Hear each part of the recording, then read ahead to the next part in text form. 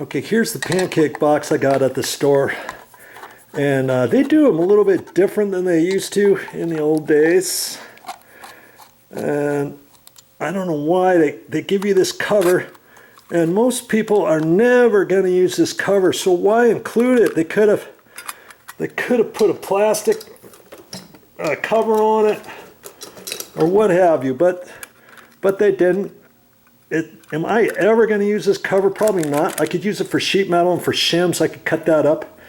Okay, because I'm never going to use this. I guess you could leave it like that, paint it, and leave it up there as a cover plate. But you know, if you were never going to install something up there, let's say, and this one comes with all the stuff you're going to need. And you see. It comes with your mounting screws. It comes with a ground screw even. And in the box, there's going to be one hole that has threads in it, and it's this little one right there, and that's where you screw the ground screw in. That's pretty slick. And it's got a little gizmo here. Okay. And depending which knockout you do, then you can take this and you'll snap it in there. And for my purposes, I'm going to snap it so it goes up into the box instead of out of the box, because I'm sliding the wire from the ceiling down, and it's really not going to make any difference. Yeah, this is going to stick up inside the Pancake box, but not very much. And plus the ceiling fan has a mounting bracket that fits on here that pooches out. This is never going to be in the way, okay? And then here's your screws. And they're set into this backing bracket.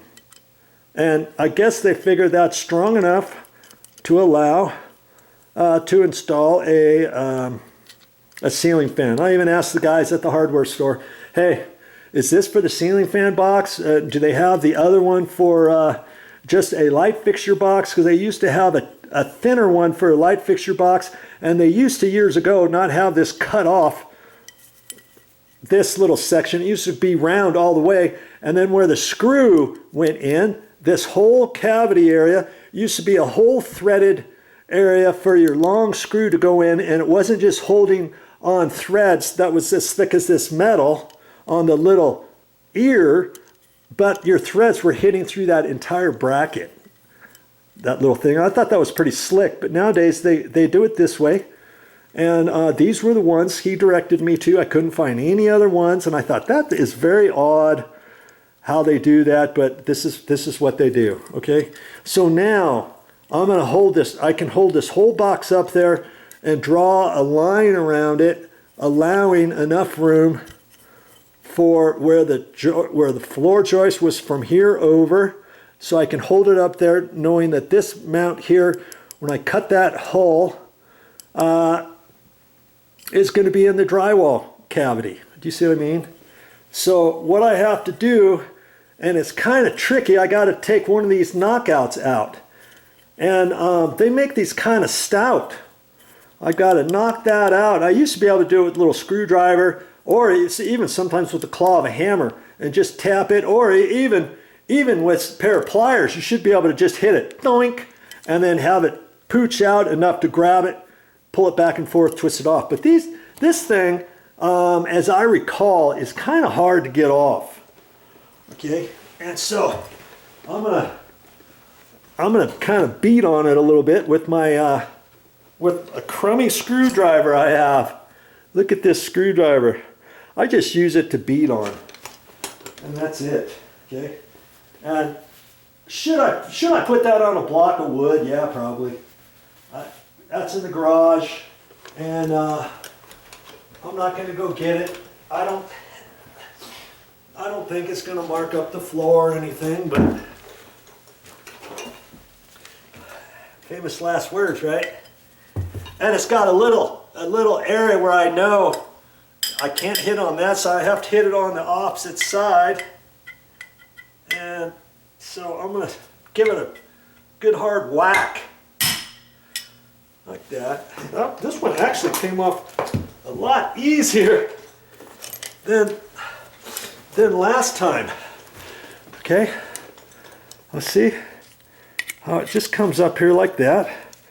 And now I can just take that back and forth and then kind of twist it, and there you go. There it is. Okay. And you see, this little deal is going to snap in there. I'm not going to snap it in just yet. Okay, I'm going to go back up to the ceiling and get this thing marked so that I can get it marked out and know exactly where everything is before I put that knockout, that little thing pushed in there, so I can lay that flat up on the ceiling. You with me? Okay, so I'm going to keep the camera rolling. I think you're set up properly. I hope you are.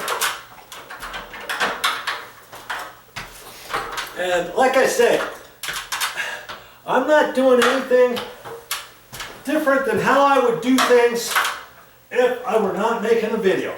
Okay? Not doing anything different. Okay. Set up my ladder this direction. And I got about 1 3/8 inches. I want to be off of the edge.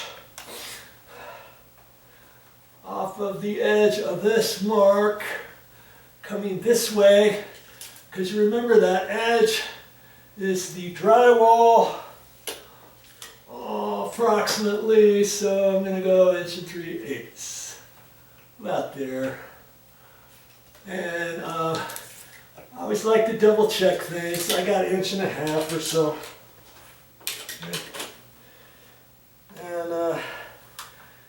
And I'm kind of reaching over funky this way. Maybe I should, I'm going to move the ladder. I always like to work as careful as I can with my back and try not to over stretch things and stuff. Okay. I'm still going through my thought process. And I know I can see the center of that, and I can eyeball the center, and I can see where the edge of that is in relation to that. And I'm going to be about there. I'm going to be about like that. And I'm going to see where I am in relation to that. And I'm right there. I think I'm good. I think I'm good right there. Okay? And this thing, I'm holding it that way because I wanted to see everything. Now it's harder for me to mark with the side. So now I'm just going to have to kind of do the best I can with marking this the way it is. Like that. Okay. And now I've pretty much got my mark. I could now hold this up there with these screws put in, see how well that is going to work, and it looks pretty darn good. Looks pretty good. Okay. Did you see how I marked that? And looks like I'm slightly off, but I think I could live with that. That's about the center where that is. I think I'm all right with that. I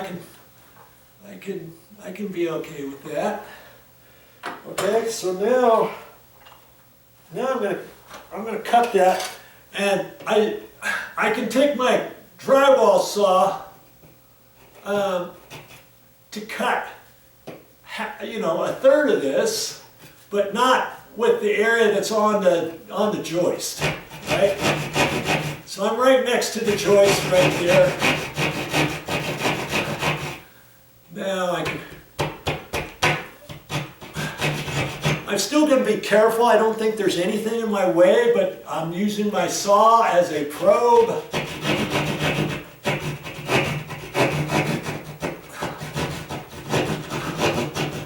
could have done was just cut a little inspection hole right there. You know, just right there. Take a wire and pooch it around there. This should come off straight over, like that. Okay? This little piece should come out of there.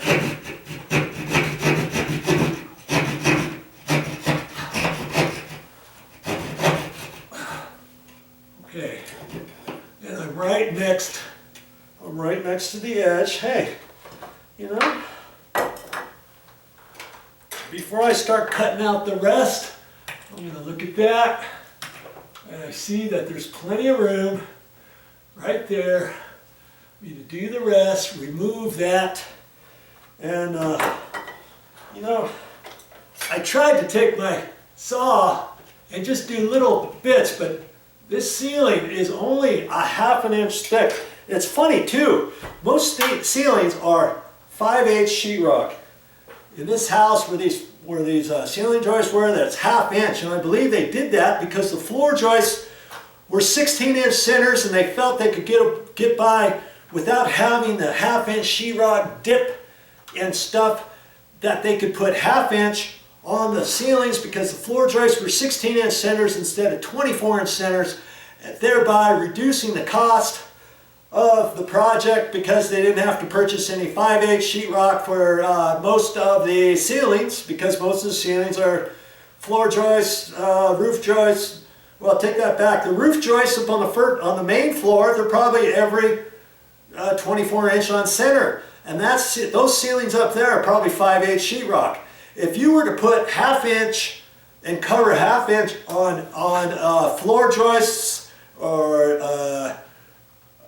rafters, trusses that were every 24 inches on center, you don't want to do that, because when you get all done and you stand back and everything's been primed and painted and drywalled and taped, textured, sanded, skimmed, tight skimmed, sanded, spray textured, knocked down, primed, painted, you're going to see, after time, you're going to see your ceiling is wonky, because ½ inch is not designed to span 24 inches, okay? There's another learning thing for you. So for this, I found it's just as easy. Now that I got marks all the way around, I'm just going to take my Phillips screwdriver and I'm going to push up on where the marks are, and I'm just going to use that the tip, kind of like I'm drilling into the drywall, like a little drill bit. And you might think, oh, that's going to take you forever. Well, trust me, when you try cutting that out with a drywall saw, it's going to be hard. You might think, oh, just take a drywall knife around there and just cut it around. Well, if you start slipping, now you're going to have marks on the ceiling. Or if you think, oh, I'll just get my multi-tool, and you run that up there and it starts chattering and bouncing, and then boom! And now you got a mark here, you got a mark here, and you're going to say, oh yeah, that's why VideoJoe was telling me not to do that. Okay, so I'm just gonna go around this like this, you know. I'm just gonna take my time and do it and go around like that. Okay, it's gonna take me a few minutes to do that. Okay, I'll pick you up here in a minute when I get it almost ready to be removed.